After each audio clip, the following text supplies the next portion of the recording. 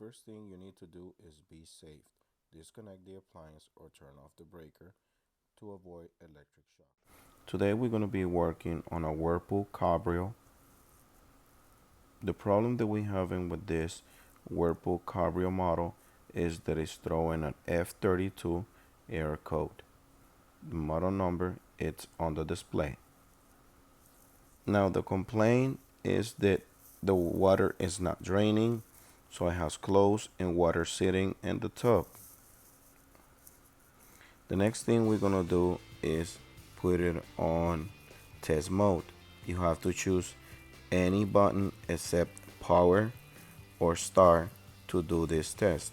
You have to press and release 6 times for 3 seconds. So you press in, count to 3, release, count to 3, push in, count to 3, around 6 times. They always say it's a difference, so I just keep doing it until I get into the test mode.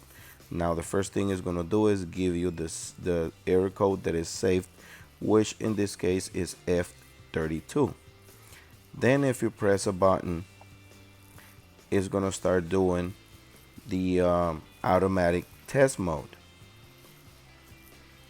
and it starts by C1, which is allowing water to get in the tub. Then it's checking, I believe it's the detergent, it's C2. Then that's for softener, and then the bleach. It just tests one step every time you press the button. C5, then C6 is agitation and filling in water, and then C7 is the circulation pump, as you see right there. Now C8 is our problem, and C8 is supposed to be draining the water out, and we're gonna go ahead and check if it's the water going down. And now we're gonna check the drain line. As you see on C8, it's supposed to be draining the water out, and it's not happening. Now we're gonna switch to C9, and since we have an issue with CA for draining, it's not going any farther and it's not doing anything else. So we're gonna go ahead and disconnect it. The biggest project here is gonna be to get the water out of the washer machine. So for this, I have a couple ways to find out what is going on. Sometimes it could be racks in the tub, undies, money right by where the water pump is. So the first thing we're gonna do is remove our back panel to be able to take a look at the water pump and look around the tub to see if it's any piece of rag or a shirt or undies around the tub to preventing the water from draining out.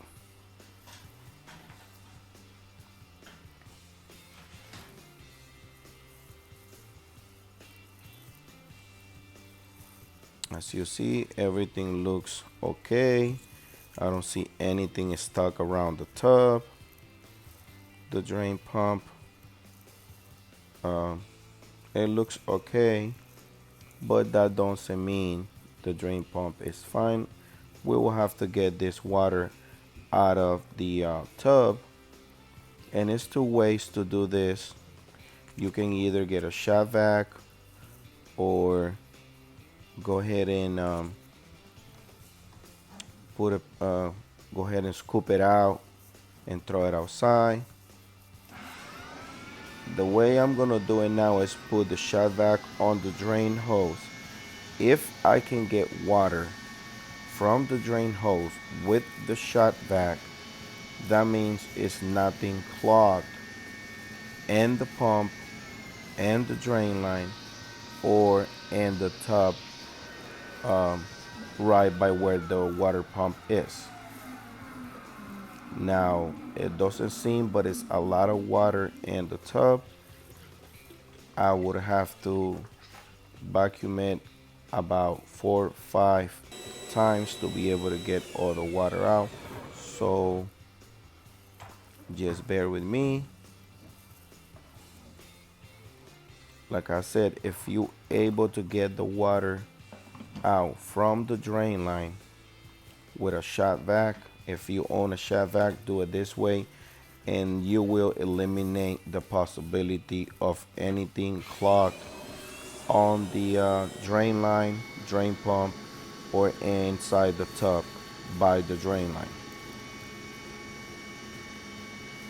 I repeat this procedure about 5 times, and you can see in the tub that the water is going down. So I'm very confident that it's really nothing clogged on the drain part of the dryer.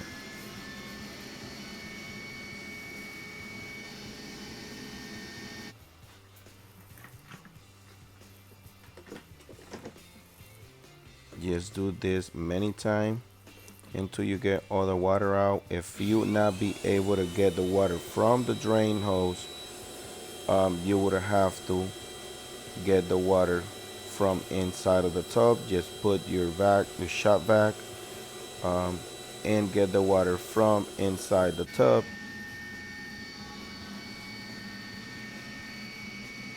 to be able to get to the pump and don't flood the whole laundromat.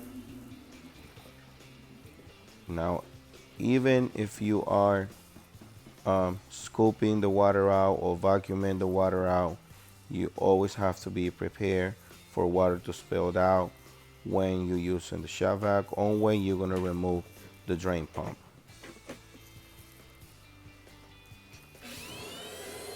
Now this is my last um, time I'm doing the shop vac, because as you see on the tub, it's not much water in the tub anymore.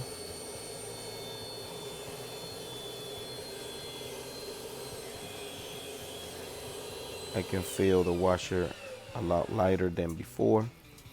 Now go ahead and work your way around your space, but try to close your water valves and disconnect the washer when you're gonna do this repair. Now the next thing I'm gonna do is remove or have access to the drain pump to be able to see if it's anything clogged in the actual drain pump or the drain blade. As you see, you have to be prepared for water to spill out. And I'm gonna stick my finger inside the pump and I can touch the blade, and I'm trying to spin the blade and I can see where it's rattling, it's all loose. So this problem can throw you, can confuse you, because the pump might still work. Sometimes it will work intermittently. Sometimes it will work, sometimes it will not work. So we're gonna go ahead and remove the pump to be able to replace it. If you find anything stuck on the pump, just go ahead and clean and unclog the pump, remove the piece of rag or gunk or anything that it's on the pump, and reinstall the pump back again, and that should take care of the problem. But if you stick your finger inside the pump and you're able to touch the blade, and you're supposed to feel tension on the drain pump blade, if you don't feel that tension where you're trying to spin it, if you feel the blade loose, you need to replace your drain pump. As I was saying, you can also check with your um, tester, with your voltmeter and continuity and ohms, but that most of the time is not accurate, because in this case the windings on the pump are fine, the motor on the pump is actually fine. What is giving you a problem is the blade mechanism. So I always go and check, do a third job and check the blade, because if we go by ohms, the pump will test that it's fine. After you remove the pump, you will remove the two terminals for the 120 volts from the pump to be able to install the new one.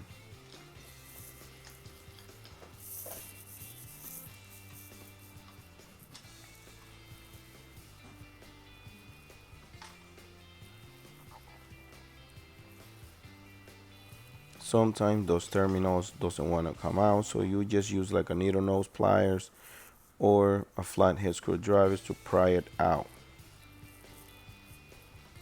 This is our old pump.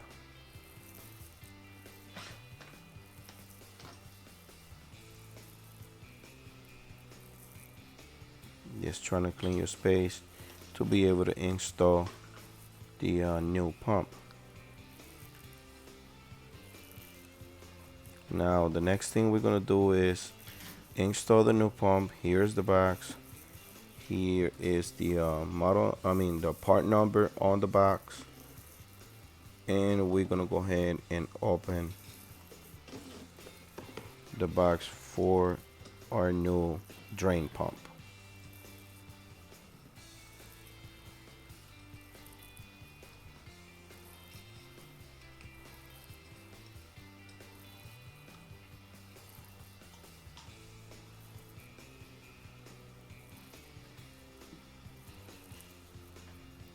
It might change color or anything, but as long as the three screws are in the same position and the terminals are the same, that is your part.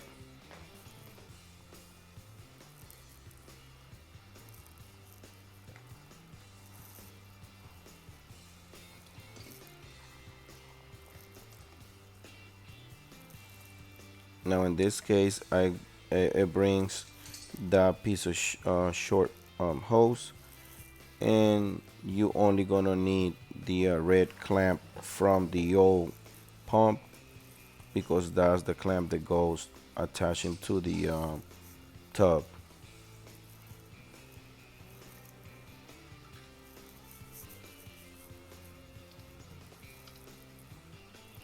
Go ahead and install the two terminals.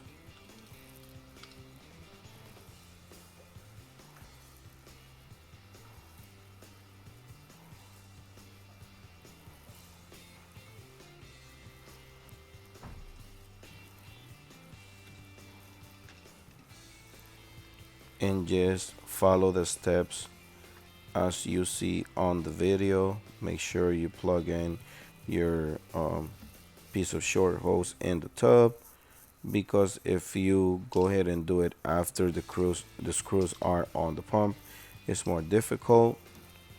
After you got the two drain hose in place, go ahead and install all the three screws that are securing the drain pump.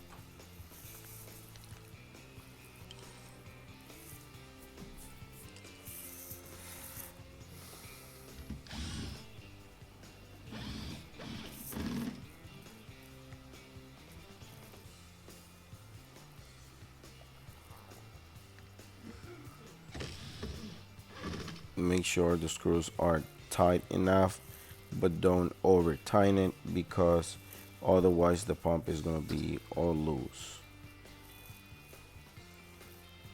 All three screws have to be secure. Now what we're going to do is go ahead and install the clamp to be able to secure this piece of the hose by the by the tub, I'm sorry.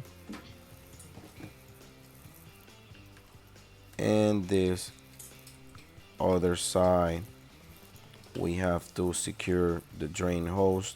This is the part that goes towards out to the drain pipe to the house.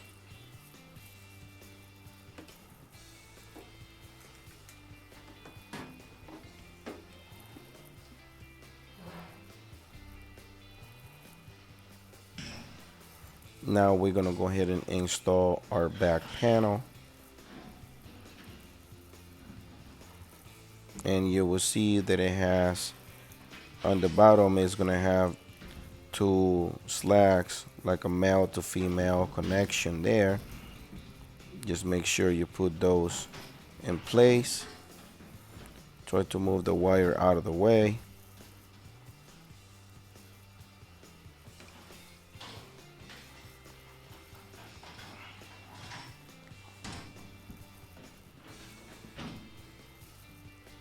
After you get the panel correctly right where it needs to be, go ahead and install all your 1/4 screws.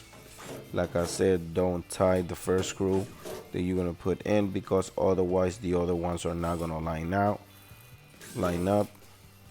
And after you got 2 or 3 of them, just go ahead and reinstall all of them and tighten all of them.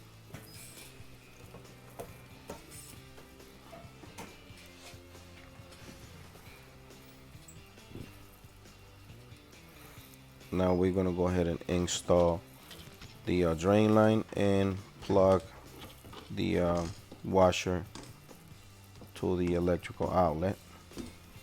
Adjust all your water hoses and drain line in place. And now we're gonna go ahead and test our pump. We're gonna go ahead and put it on test mode. As I was saying, press and release, count to 3, press and release, count to 3, press, count to 3, release, count to 3, until you get the test mode. It's never accurate. Sometimes you might get it the first time you try.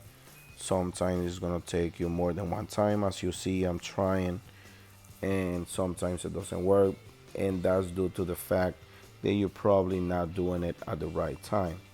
That's why I repeat myself for this part of the diagnostic, or this part of the repair. You have to press, count to 3, release, count to 3, until you get the test mode. They will say you have to do it like 5 times, 6 times. I just do it until I get that 88, the air code that is safe, which is F32. Then I press the same button again, and it starts the automatic test mode, which you can forward it by pressing the same button. As you see C1. If you want to forward it more, just keep pressing. As you see, it's doing all the tests for all the water compartments. And at this point, I'm just trying to get water on the tub to be able to get to C8, which is the one I have issues, which is the drain pump. C7 is the circulation pump, and that's our C8. As you see now, on C8 is actually draining the water out, and this means our repair has been a success.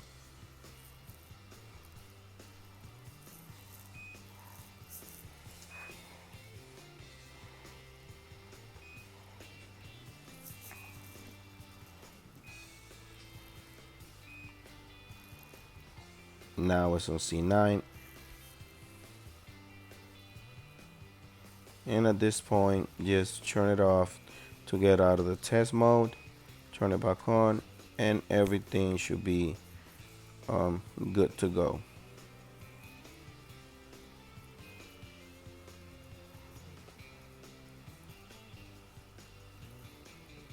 That's it. Thanks for watching. If this video helped you in any way, please give us a thumbs up and subscribe to our channel for future videos. Thanks for watching.